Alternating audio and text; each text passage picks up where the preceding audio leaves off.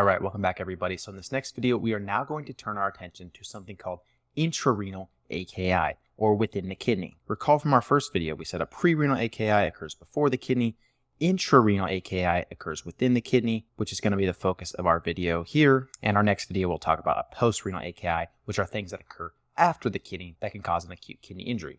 So when we talk about intrarenal AKI, the pathophysiology is going to involve renal tubular damage. We have a kidney injury within the kidney, so tubular damage is the most likely place we'll see this. This is going to lead to a decrease in reabsorption capacity and an increase in urinary sodium and water. So just as a quick refresher, when we talk about a renal tubule, we can have substances that are reabsorbed into the body. That means they go from the tubular lumen back into the body, or they can be secreted. That means they start in the body and they get secreted into the lumen itself.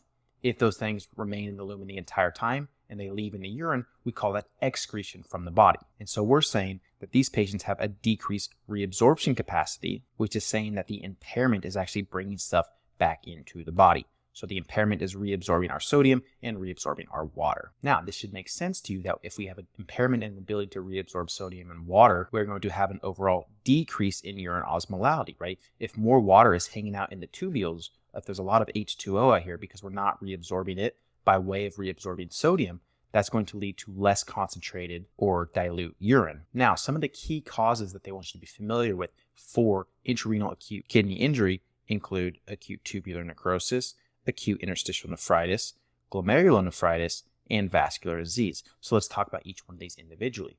So acute tubular necrosis is going to be the one that's most commonly tested. Some things that can cause this include ischemic damage, nephrotoxic medications, or other toxins to the body, such as hemoglobin, myoglobin, or Bence-Jones proteins. And do you remember what pathology we typically associate with an elevated level of Bence-Jones proteins in the urine? That's right. In multiple myeloma, patients get an increase in their light chain production, and these can be excreted in the kidneys, but they can actually damage the kidneys as well. So essentially what happens here is if we have a glomerulus, we would typically have substances come in through the afferent arteriole, some of which would be filtered at the glomerulus itself. This is our GFR, or glomerular filtration rate, and some stuff would leave through the efferent arteriole. As things gets filtered, they can make their way down the PCT and through the various parts of the nephron, some of which are getting reabsorbed into the body. Now what happens is that if we have damage to some of the cells in the kidney, they can become ischemic, they can become necrotic, and it can essentially die off in the tubules and create a plug. So if you imagine the tubule is lined with kind of these healthy cells, right? If these have various things that can cause toxicity to them, they can die, they can slough off, and if they do that, that can create an obstruction within the tubule itself. So now we don't just have this open tube to go through. We have an obstruction, or we have a plug distal to where the filtration is occurring. Now, what is this going to do to the pressure in the system? Well, if we think about our pressure in the glomerulus, we typically have a lot of pressure that's pushing filtrate through, right? That's our glomerular filtration. But if we get an increase in the obstruction distally, we increase the pressure that's in the tubule, which means that instead of going from a high pressure system in the glomerulus towards a low pressure system in the tubule, we now essentially have two high pressure systems. We have increased pressure in the tubule plus the high pressure in the glomerulus. So overall, it makes sense that this is going to decrease our GFR. That's the reaction that we get here, is a decrease in our glomerular filtration rate because this distal obstruction has increased the pressure and it's harder to push things through. It's harder to filter things through at the glomerulus itself. And this explains to us why we see higher levels of BUN or higher levels of creatinine in these patients, because less of it's getting filtered. Normally it's getting filtered at the glomerulus, but if we decrease our GFR, we increase our creatinine and our BUN in the body. So these are important things to keep in mind. We need to know how this pathophysiology occurs. We also need to associate with various types of conditions. The classic one being acute tubular necrosis, which is essentially due to anything that causes decreased blood flow to the kidney or ischemia or toxic metabolites. And there are a variety of things that can cause this. We have a dedicated video to acute tubular necrosis and to acute interstitial nephritis coming up in this chapter, but I want you to be mindful that when we talk about these are types of intrarenal AKIs. These are things that occur within the kidney. When we talk about glomerulonephritis, we had a whole chapter on that, right? Glomerulonephritis is known to affect the kidney. Specifically, it can damage the tubules as well. This can lead to an acute kidney injury. Vascular disease, such as HUS or hemolytic uremic syndrome, TTP or thrombotic thrombocytopenic purpura, or malignant hypertension and vasculitis can also damage the kidney structures as well. Again, anything that causes ischemia, anything that is toxic to the tubules can lead to cells dying off and creating this obstruction in the kidney. So there are a variety of different things that can cause this, but what we really need to be mindful of is what do the diagnostics look like? The reason the diagnostics are so important is because we want to be able to compare and contrast this with the different types of acute kidney injury. Remember, we have three main types: pre-renal, intrarenal, and post-renal.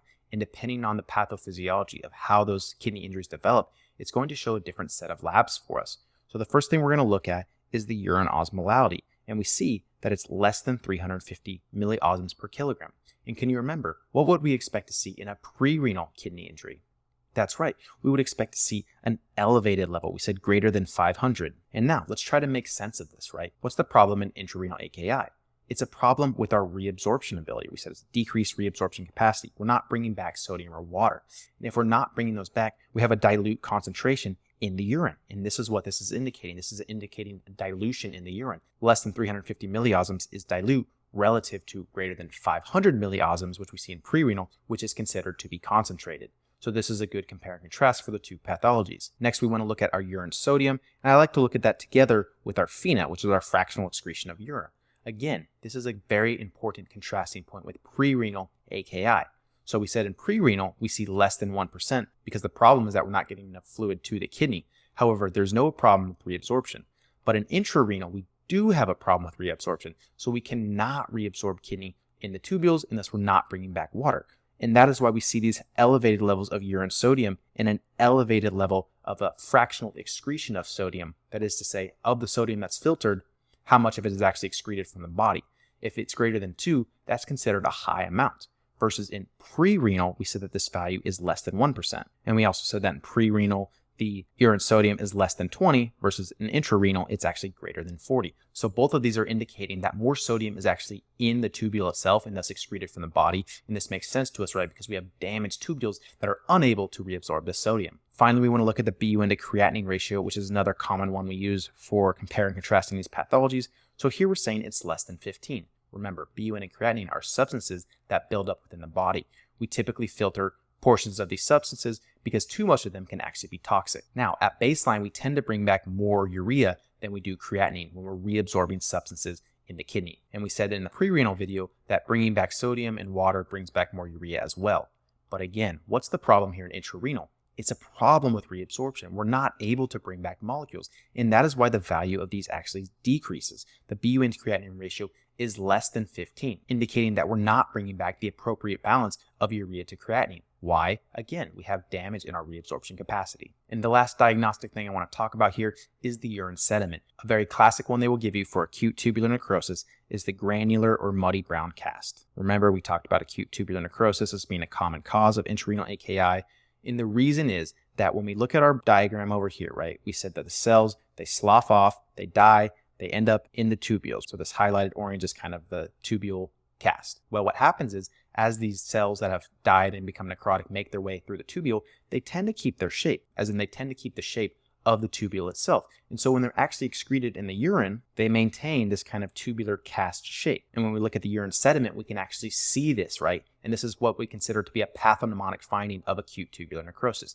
Anytime you're seeing granular, muddy brown cast in a question stem, that is basically them telling you that the patient has acute tubular necrosis. However, we can see some other things, right? We can also see red blood cell cast. In which condition do you think we would see those in? That's right. In our glomerulonephritis, it's most likely to have the red blood cell cast. We could see white blood cell cast, and we would probably associate those more with the acute interstitial nephritis. Again, a whole video on that coming up in this chapter. But in short, it's an essentially inflammatory reaction that can bring white blood cells such as eosinophils to the area and cause destruction to the kidney. And you can also see fatty cast, which would be most likely to be seen in a nephrotic syndrome. And if you recall from previous videos, that is another type of glomerulonephritis. Glomerulonephritis can be broken up into nephrotic syndromes or nephritic syndromes. Recall the nephritic syndromes are more likely to have blood in the urine, and the nephrotic syndromes are more likely to have a significantly elevated of protein in the urine. Now, a key clinical point I want to make here, just to be perfectly clear with everybody, we kind of talk about these labs as if they're like a perfect way to distinguish these conditions.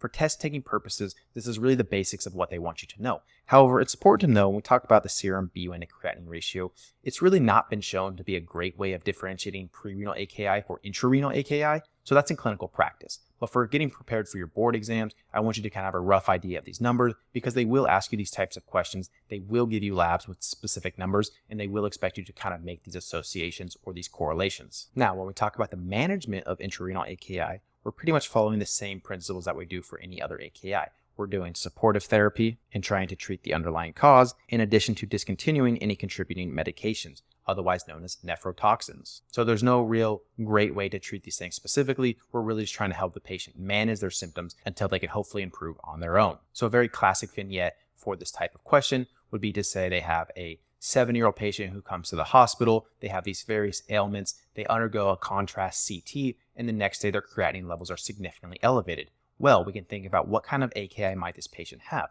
We know that there are a lot of nephrotoxic things that can contribute to an AKI, and we know that contrast is a specific one that can contribute to intrarenal AKI or within the kidneys. So if we see this constellation of findings, we can assume that the contrast has damaged the patient's kidneys, and that is why they are developing these diagnostic labs that they might give us as well, including a decreased urine osmolality, an increased FeNA, or an increased urine sodium level. I would say another fairly classic way they will ask about this is in the case of acute interstitial nephritis, where they'll talk about a patient who's taking a medication such as chronic NSAIDs. We know that NSAIDs are a way that we can trigger acute interstitial nephritis, and this can also lead to an intrarenal kidney injury. So those are the two main ones they tend to ask about. But keep in mind, we've listed several different ways that we can have an intrarenal acute kidney injury occur, but really, we need to be able to recognize this in the question stems. We need to be able to look at their diagnostic labs and say, okay, this patient has high sodium levels with signs of kidney injury. That's likely due to the fact that they are unable to reabsorb sodium, which could be indicative of an intrarenal acute kidney injury.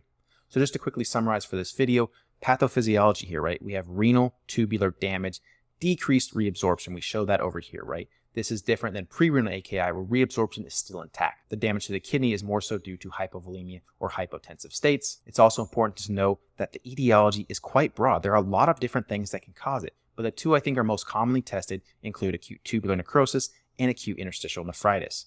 When we look at our diagnostics, it's important to be familiar with the numbers, but it's also important to be able to contrast these with our prerenal and eventually our postrenal AKI as well. So I really want you guys to check out the summary video at the end of these AKI videos because there we can directly compare and contrast each individual point. Also important to be familiar with some of the buzzwords that we want to know, the pathognomonic things, including the granular muddy brown cast. Remember, that is associated with acute tubular necrosis almost all the time. There are other types of cast that can be associated with kidney injury as well, including red blood cell cast, white blood cell cast, and fatty cast. And the management option here is going to be pretty consistent with what we would expect for any AKI. There's no great medication. There's no one treatment that can fix these patients. It's really about supportive care. It's giving them fluids if they need it. It's discontinuing medications that are toxic and helping keep the patient stable throughout their recovery.